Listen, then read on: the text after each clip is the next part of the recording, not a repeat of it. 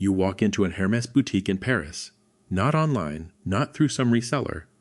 The actual store, marble floors, orange boxes stacked behind the counter like they're guarding something. And you've come prepared. $50,000. Cash. You point to the one thing everyone knows Hermès for, the Birkin. You tell the sales associate you want to buy one, right now, today, and you'll pay whatever they ask. And they smile, politely, and they tell you no. Not we're sold out, not come back next week. The bag exists. There may be one in the back room, wrapped in tissue paper at this exact moment, but it is not for you, because in Hermès's eyes you haven't earned it yet. You're not, and I want you to really sit with this word, you're not considered worthy of one. Think about how insane that is. Every other business on earth is desperate to take your money. They chase you with ads, discounts, financing, buy now, pay later. And here is a company sitting on the most in-demand handbag in the world, looking at $50,000 in cash and pushing it back across the counter. This isn't a mistake. It isn't bad customer service. It is the single most disciplined strategy in all of retail, executed on purpose, every single day. Hermès has done something almost no company has the nerve to do. They took the basic logic of selling, get the product into as many hands as fast as possible, and they turned it completely upside down. Because at Hermès, the no isn't a failure to make a sale. The no is the product. And by the end of this video, you'll understand exactly how that no became one of the most valuable business machines ever built. Jane Birkin boarded a flight from Paris to London in 1984. She was an actress and a singer, not a fashion insider. When she reached into the overhead and pulled down her straw basket bag, the whole thing tipped over. Everything spilled into the aisle. And the man sitting next to her, watching this small disaster unfold, happened to be Jean-Louis Dumas, the chairman of Hermès. She complained to him that she couldn't find a bag that worked for a woman carrying a life around with her. Too small, too rigid, too impractical. So the two of them sketched one out, right there on the back of an airplane, sick bag. A tall, structured tote with room for everything. He named it after her. And that accidental conversation, 30,000 feet over the English Channel, created the most valuable handbag on earth. Because here's what a Birkin actually is. It's a leather tote made by hand in a size you could carry to a grocery store. The entry price today starts around $10,000. But that's just the floor. The exotic skins, crocodile, ostrich, climb well past $100,000, and a single diamond-studded Himalaya Birkin has sold at auction for over $450,000, more than a house, for a bag. Now, plenty of things are expensive. That alone isn't interesting. What's interesting is that this bag doesn't behave like a product you buy and use until it wears out. It behaves like an asset. It holds value. It gains value. It has, over long stretches, quietly beaten the stock market. And that is the part almost nobody understands. A handbag, a consumer good, the kind of thing that's supposed to lose half its worth the moment you walk out the door, became something people invest in. By the end of this, you'll see the exact mechanism that makes that possible. And it starts with a rule that sounds insane. You're not allowed to just buy one. You walk in ready to hand over more money than most people spend on a car, and the answer is still no. So how does anyone actually get a Birkin? Here's the part that breaks people's brains. There is no waitlist, not a real one. You can't sign a form, drop your name in a system, and wait your turn. That list doesn't officially exist. What exists instead is a person. A single sales associate on the floor of a specific store, and your entire fate runs through them. That associate decides if and when you get offered a bag. Not the manager, not corporate, them, which means the game isn't about money, it's about the relationship. You have to become what Hermès quietly calls a good client. And you become a good client by spending. Not on the Birkin, on everything else. This is the mechanism almost nobody sees. Before you're ever offered the bag, you're expected to build what's known as a purchase history. Scarves at $400, $500, $600 each. Shoes, belts, fragrances, homeware, plates, blankets, furniture, Jewelry. Thousands, sometimes tens of thousands of dollars, spread across months or years, none of it the thing you actually came for. You're auditioning. You're proving you're not a one-time tourist who wants to flip a bag. You're a real, loyal Hermès client. And notice what that does. Hermès has turned its most desired product into bait that sells everything around it. The Birkin you can't buy pulls you into buying a whole lifestyle you didn't plan on. The bag is the carrot. The rest of the store is the actual meal.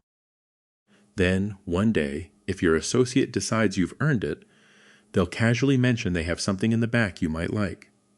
That's the offer. That's the whole ritual. You didn't buy a Birkin. You were chosen for one. And that single word, chosen, is exactly what makes the next part so lucrative. The scarcity is only half the story. The other half is what happens after you finally get the bag. Because a Birkin doesn't lose value the moment you walk out the door. It gains it. Think about what normally happens when you buy something expensive. Drive a new car off the lot, it drops 20%. Carry a designer bag out of almost any other store, and it's worth less the second it's yours. Depreciation is the default setting for consumer goods. A Birkin ignores that rule entirely. Over the long run, Birkins have appreciated in value. Not held steady, climbed. One widely cited study tracked them appreciating around a real value of over 10% per year across 3 decades, outpacing both the S&P 500 and gold over the same stretch. A bag. Sitting in a closet, beating the market. And the secondary market proves it in real time. A bag that retails for, say, $12,000 regularly resells for 2, 3, sometimes 4 times. That no negotiation, no depreciation, cash waiting. The hardest to get styles, the exotic leathers, the rare colors, have crossed into the hundreds of thousands at auction. A single Himalaya Birkin has sold for over $300,000. Sit with the strangeness of that. Hermès has built a product where the resale price is a standing advertisement for how badly people want in. Every flip, every markup, every listing is free proof of scarcity. And here's the mechanism the whole thing turns on. Manufactured scarcity took a depreciating consumer good and turned it into an appreciating asset. The reason it holds value is the same reason you couldn't buy one with cash in hand. Because they won't make enough. The wall that keeps you out is the exact wall that makes the bag worth more than money. Which is why the people inside guard it so carefully. That's the thing to understand about a Birkin. The bag is almost beside the point. What Hermès is actually selling you is the one thing no other store will ever sell. The feeling of having been chosen. Think about what really happened at that counter. You were told no, and that no is not a failure of the transaction. It is the transaction. Because the moment a product becomes something you can be denied, it stops being a product at all. It becomes a verdict on you. This is the quiet genius of the whole machine. Scarcity alone doesn't do it. Plenty of things are rare and nobody cares. But scarcity plus rejection is a different chemical entirely. When a bag is capped in supply and gatekept by a person who has to approve you, owning it stops meaning I have money. Everyone has money. It starts meaning I was let in. That is a positional good. Its value comes not from what it does for you, but from how many people were turned away so that you could have it. And here's the part that feels almost cruel when you say it out loud. The people who got rejected are not a side effect of the system. They are the product. Every person turned away at that counter is another brick in the wall that makes the bag mean something to the person who got past it. Your exclusion is someone else's status. The no you received is the reason their yes is worth carrying down the street.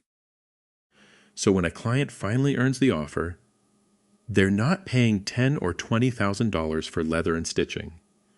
They're paying to be on the right side of the door. They're buying the proof that, for once, they were the one who couldn't be told no. And that proof, that is the most expensive thing Hermès makes. The moment you understand how Hermès does this, an obvious question follows. Why doesn't everyone copy it? The answer is that the strategy is self-defending. It carries its own security system. The instant you make a Birkin easy to buy, the instant you flood the shelves and let anyone walk out with one, you haven't grown the business. You've killed the very thing that made it valuable. Scarcity can't be faked at scale because scale is the enemy of scarcity. The trick only works if you're genuinely willing to leave billions on the table.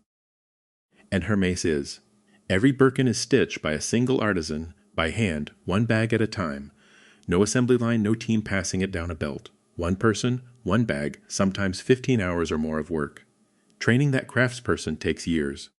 So supply doesn't just happen to be tight. It is structurally, deliberately capped, and Hermès refuses to pour money into scaling it faster, even as the waitlists swell and demand screams for more. Now look at what happens to brands that chose the opposite. The ones that saw hot demand and answered it, licensing their name onto everything, stamping the logo across outlet malls, chasing every quarter's volume target. They got their growth. They also got ubiquity, and ubiquity is poison to prestige. When everyone has it, no one wants it. Several once untouchable luxury houses spent decades clawing back the exclusivity they gave away in a boom. That's the moat. Not a patent, not a secret formula, just discipline that competitors are structurally unable to imitate without becoming a different company. Anyone can copy the leather. Nobody can copy the restraint. Because to copy the restraint, you'd have to be willing to say no as often as Hermès does, and almost no one is. Hermès didn't stumble into this. It chose it decade after decade, while every competitor around it chose the opposite. And that's the lesson worth taking out of here, because the instinct of almost every business on earth is to sell more. More stores, more units, more reach. Growth is the religion, but in luxury, the real margin isn't in the selling. It's in the restraint. It's in the discipline to leave money on the table today so the name is worth more tomorrow. Look at what that discipline built. Gross margins around 70%. One of the most valuable luxury companies on the planet, at times worth more than rivals that sell 10 times the volume. A brand so strong its customers compete for the privilege of spending money. Hermès didn't get there by saying yes. It got there by saying no, patiently, relentlessly, for 40 years, and refusing to flinch even when the demand in front of it was screaming to be filled. That's the whole trick. The growth engine is the rejection. The scarcity is the strategy. The no is the product. And it works precisely because it's so hard to copy, because it demands the one thing most companies can't stomach, which is turning away a sale that's sitting right in front of you with cash in hand. So here's the question to sit with. Look at the brands in your own life, the sneakers, the watches, the cars, the whiskey, the tech, the ones that once felt impossible to get. How many of them are quietly doing the opposite of Hermès right now, loosening the rope, opening more doors, chasing the next quarter's numbers? And how many of them are slowly, invisibly, killing the exact scarcity that made you want them in the first place? Hermès has built something almost no company ever manages, a growth engine powered by the word no. And if you found that as fascinating as I did, do me one small favor: subscribe. Because this channel does one thing. We take apart the world's most disciplined companies and show you the machinery underneath, the pricing tricks, the scarcity games, the quiet decisions that turn ordinary products into empires. Not the surface story everyone repeats.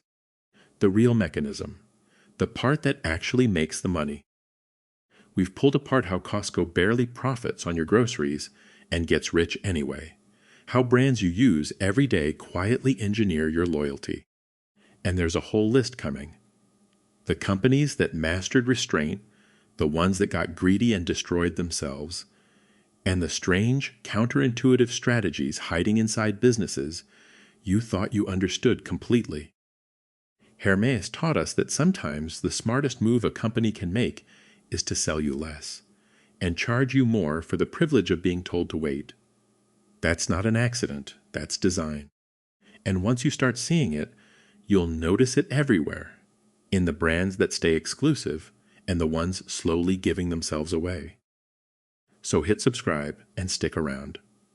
The next breakdown will change how you look at a company you walk past every single week. You'll never see its price tags the same way again. I'll see you in the next one.